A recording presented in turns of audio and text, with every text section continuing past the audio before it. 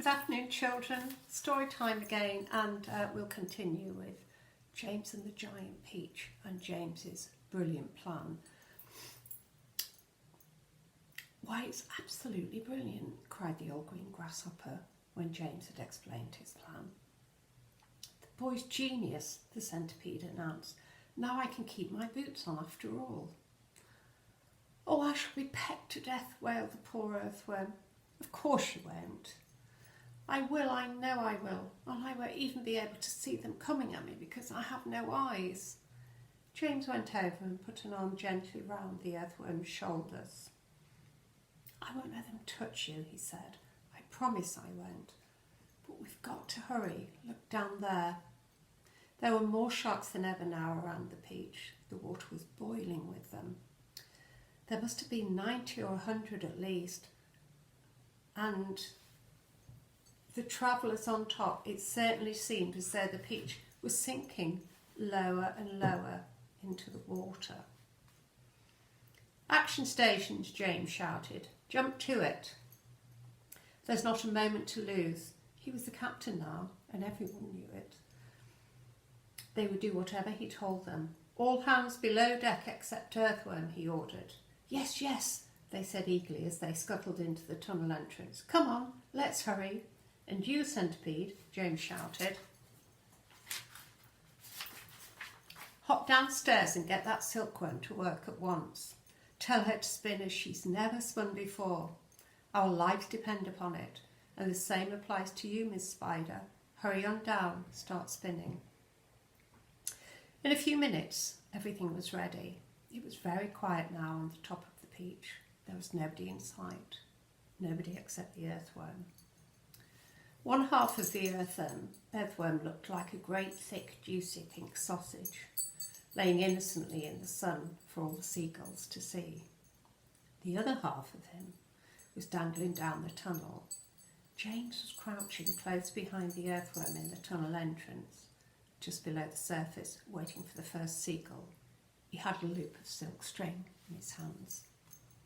The old green grasshopper and the ladybird were further down the tunnel, holding onto the earthworm's tail, ready to pull him quickly in out of the danger as soon as James gave the word.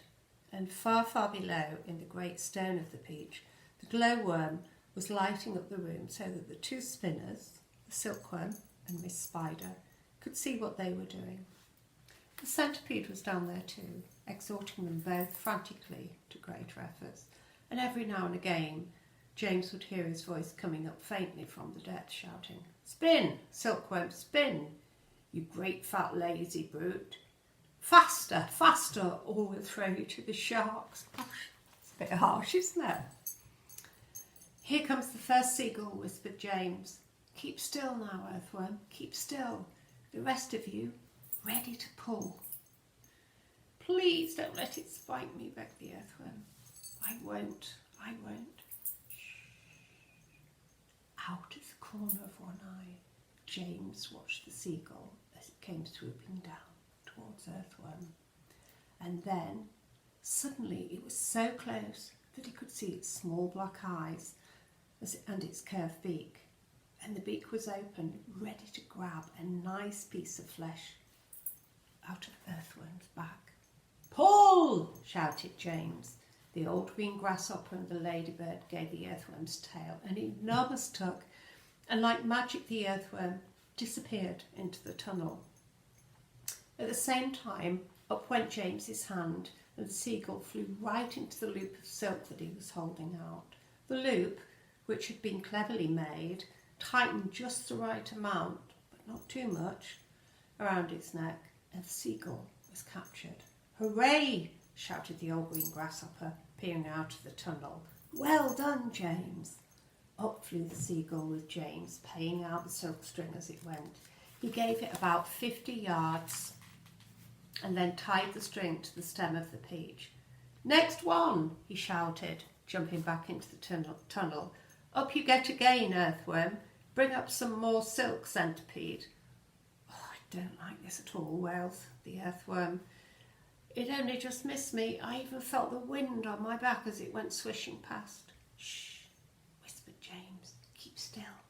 Here comes So they did it again and again and again and again. And the seagulls kept coming, and James caught them one after the other and tethered them to the peach stem. 100 seagulls, he shouted, wiping the sweat from his face. Keep going, they cried. Keep going, James. 200 seagulls, 300 seagulls, 400 seagulls.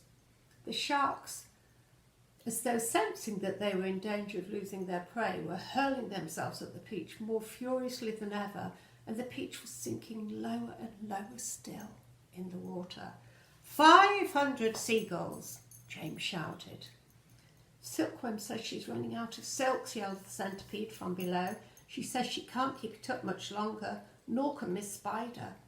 Tell them they've got to, James answered. They can't stop now.